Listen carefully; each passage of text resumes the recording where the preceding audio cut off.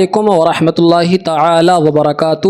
آج ہم اپنی ویڈیو کے اندر بتانے کے لیے جا رہے ہیں کہ پیر بنانے کے لیے ہمیں کیا دیکھنا ہے۔ پیر کے اندر یعنی پیر کے اندر کتنی باتوں کا ہونا ضروری ہے۔ آج ہمارے معاشرے کا حال اتنا خراب ہے، اللہ اکبر، اتنا بہت زیادہ خراب ہے کہ ہمارے جو ان پڑھ طریقے کے جو لوگ ہیں، جو پڑھے لکھے لوگ نہیں ہیں، کہ جو علم سے تعلق نہیں رکھتے، وہ جسے چاہے پیر بنا لیتے ہیں۔ اگر کسی کی اونچی ٹوپی ہے تو اس کو پیر بنا لیتے ہیں، اگر کسی کا چہرہ خوبصورت ہے تو اس کو پیر بنا بیٹھتے ہیں، اگر کسی کا جبہ دستار اچھا ہے تو اس کو خوبصورت بنا لیتے ہیں، اگر اونچی گاڑی میں مہنگی گاڑی میں بیٹھتا ہوا نظر آتا ہے تو اس کو ہم سب پیر بنا لیا کرتے ہیں۔ تو کیا پیر بنانے کے لیے اونچی ٹوپی کا ہونا ضروری ہے؟ کیا پیر بنانے کے لیے خوبصورت چہرے کا ہونا ضروری ہے؟ کیا پیر بنانے کے لیے جبہ دستار دیکھنا ضروری ہے؟ جبہ دستار دیکھنا، مہنگی گاڑی دیکھنا ضروری نہیں ہے، بلکہ پیر بنانے کے لیے یہ چار باتیں دیکھنا ضروری ہے۔ اگر یہ چار باتیں اس شخص کے اندر ہیں تو وہ پیر بنانے کے قابل ہے، اگر یہ چار باتیں اس کے اندر نہیں ہیں تو اس بندے کو ہرگز پیر نہیں بنایا جائے، اور اگر آپ اس کو پیر بنائیں گے تو پھر آپ کو کوئی فائدہ حاصل نہیں ہوگا۔ آج ہمارے معاشرے کا حال اتنا خراب ہے کہ داڑھی بھی نہیں ہوتی اس کو پیر بنا لیتے ہیں، گلے میں مالا پہنتا ہوا نظر آتا ہے پیر، ہم اس کو اپنا پیر بنا لیتے ہیں، انگوٹھی چار چار پہنتا ہوا نظر آتا ہے، ہم اس کو پیر بنا لیتے ہیں۔ ارے بھائی، جس کو یہ معلوم نہیں کہ شریعت میں کتنی انگوٹھی پہننا جائز ہے، وہ چار چار انگوٹھی پہن رہا ہے تو وہ پیر بنانے کے قابل نہیں ہے۔ وہ تو پیر ہے، پیر، پیر نہیں ہے، وہ پیر ہے، پاؤں کا پیر ہے۔ تو اس لیے پیر بنانے کے لیے چار چیزیں دیکھو، اور اس ویڈیو کو مکمل دیکھو اور آگے تک شیئر کرو۔ پہلی چیز یہ ہے کہ وہ فاسق مولن نہ ہو۔ فاسق مولن کا مطلب ہے کھلم کھلا گناہ کرنے والا نہ ہو، اس کی داڑھی ہو۔ اگر کسی کی داڑھی نہیں ہے تو یہ فاسق مولن ہے، کھلم کھلا گناہ کرنے والا ہے، ایسے آدمی کو پیر نہیں بنایا جائے۔ جو شریعت کے خلاف کام کر رہا ہے، نماز نہیں پڑھتا ہے تو ایسے آدمی کو پیر بنانا جائز نہیں ہے۔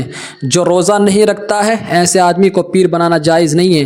جو عورتوں سے پاؤں دباتا ہے، ایسے شخص کو پیر بنانا جائز نہیں ہے۔ کہ جس کی مجلس میں عورتیں آ کر کے مصافحہ کرتی ہیں، ایسے آدمی کو پیر بنانا جائز نہیں ہے۔ مارکیٹ میں اکثر ایسے پیر ہیں کہ جو عورتوں سے پاؤں دباتے ہیں، عورتوں سے مصافحہ کرتے ہیں، عورتوں کے سر پہ ہاتھ رکھتے ہیں، تو کیا وہ پیر ہے؟ وہ پیر ہے، پیر۔ میرے تاج الشریعہ پہ قربان جاؤ کہ میرے تاج الشریعہ رضی اللہ تعالی عنہ، اللہ ان کی قبر پر نور و انوار کی رحمت بارش عطا فرمائے، کہ میرے تاج الشریعہ کہ روم کے برابر میں بھی عورتیں نہیں آیا کرتی تھیں۔ یعنی دیکھنے کی بات تو الگ ہے، میرے تاج الشریعہ نے کبھی عورتوں کو نہیں دیکھا۔ یہ تاج الشریعہ ہیں، یہ پیر ہیں۔ ایسا پیر ہونا چاہیے کہ جس کو دیکھ کر کے خدا یاد آ جائے۔ اور آج دیکھو، عورتوں کے سروں پر ہاتھ رکھتے ہوئے نظر آ رہے ہیں پیر صاحب، آپ نے بہت سی ویڈیو میں دیکھا ہوگا۔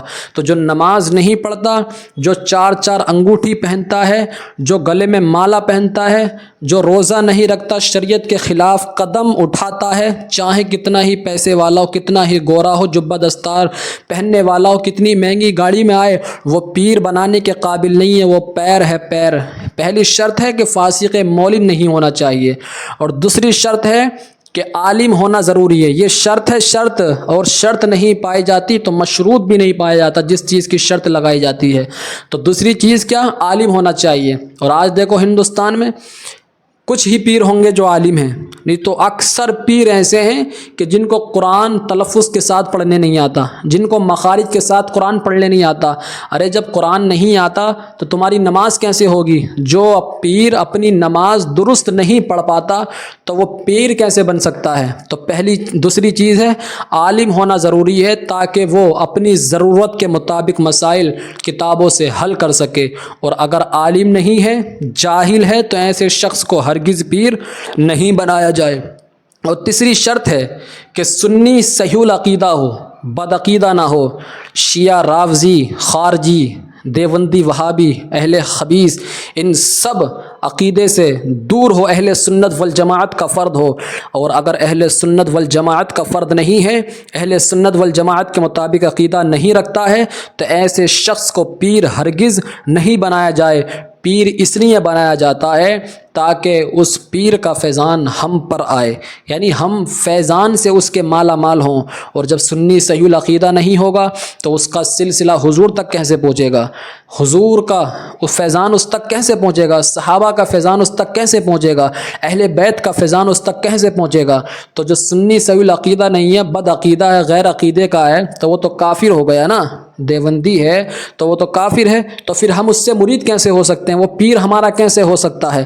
ہم سنی صحیح العقیدہ ہیں تو ہمارا پیر بھی سنی صحیح العقیدہ ہونا چاہیے۔ تو یہ بات بھی دیکھنی بہت ضروری ہے، کیونکہ کچھ لوگ ایسے ہیں کہ جو اچھی اچھی باتیں کرتے ہیں کہ نماز پڑھو، روزہ رکھو، پھر اس کے بعد جو ہے اپنے چنگل میں پھانس لیتے ہیں ہمارے بھولے بھالے سنی مسلمانوں کو، پھر اس کے بعد ان کے عقائد کو ختم کر دیتے ہیں، ان کے نظریات کو ختم کر دیتے ہیں، ان کو زندگی برباد کر دیتے ہیں، لے جانے کے جنت میں ان کو جہنم کا راستہ دکھا دیتے ہیں۔ اللہ اکبر۔ تو میں ایسے اپنے نوجوانوں سے کہنا چاہتا ہوں کہ سنی صحیح العقیدہ پیر کا ہونا ضروری ہے۔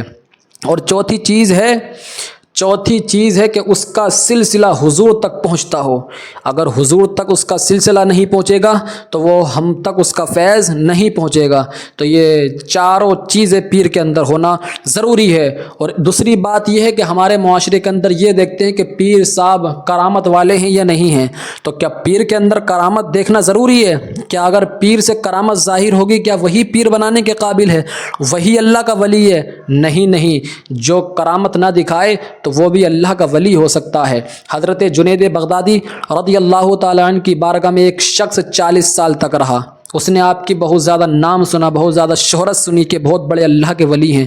تو وہ آیا، اس ارادے سے آیا کہ اگر حضرت سے کوئی کرامت دیکھ لوں گا، کوئی کرامت کا صدور میں دیکھ لوں گا تو میں حضرت سے مرید ہو جاؤں گا۔ تو 40 سال ہو گئے، کوئی کرامت ظاہر نہیں ہوئی حضرت سے، تو وہ واپس چلا گیا۔ تو حضرت نے پوچھ لیا کہ کیوں آئے تھے اور واپس کیوں جا رہے ہو؟ تو کہا اس لیے آیا تھا، آپ کی بہت زیادہ تعریف سنی تھی، بہت زیادہ عزت سنی تھی کہ آپ اللہ کے ولی ہیں، اگر آپ سے کوئی کرامت دیکھوں گا تو آپ کا مرید ہو جاؤں گا، مگر 40 سال میں نے کوئی کرامت نہیں دیکھی تو اس لیے میں واپس جا رہا ہوں۔ تو آپ نے کہا کہ میری کرامت تو نہیں دیکھی، ٹھیک بات ہے، کیا تم نے مجھے کوئی خلاف شرع کام کرتے ہوئے دیکھا ہے؟ تو وہ بولا نہیں۔ تو آپ نے فرمایا سب سے بڑی کرامت ہی یہی ہے کہ پیر کوئی بھی خلاف شرع کام نہیں کرے، اللہ کا ولی کوئی بھی خلاف شرع کام نہیں کرے۔ تو سب سے بڑی کرامت یہ ہوتی ہے کہ کوئی بھی خلاف شرع کام نہ کیا جائے، وہ اللہ کا ولی ہوتا ہے۔ تو اللہ تبارک